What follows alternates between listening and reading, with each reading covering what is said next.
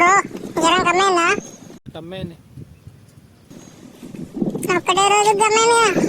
Doctor సాబ్ 3 సూదులు ఇచ్చిర్రు, కమ్మేంది. మంచోడు ఉన్నట్టున్నాడు.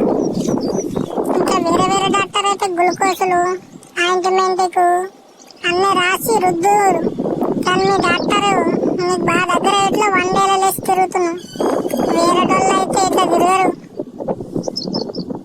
మా జ్వరాలు ఎట్లుండే తెలుసా? తెలిసి వచ్చింది. మీరు బాగా డేంజర్, మీతోనే బాగా దూరంగా ఉండాలి.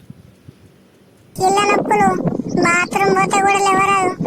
కానీ 1 డేలో తిరిగి నడుస్తున్నావు అంటే గ్రేట్. మా డాక్టర్ల పేరు నిలబెట్టినావు నువ్వు. ఇలా కూడా మా డాక్టర్లు మంచోళ్ళు ఉంటారు అన్నిటికి కూడా. బ్రో నేను అడగడు మర్చిపోయినాను.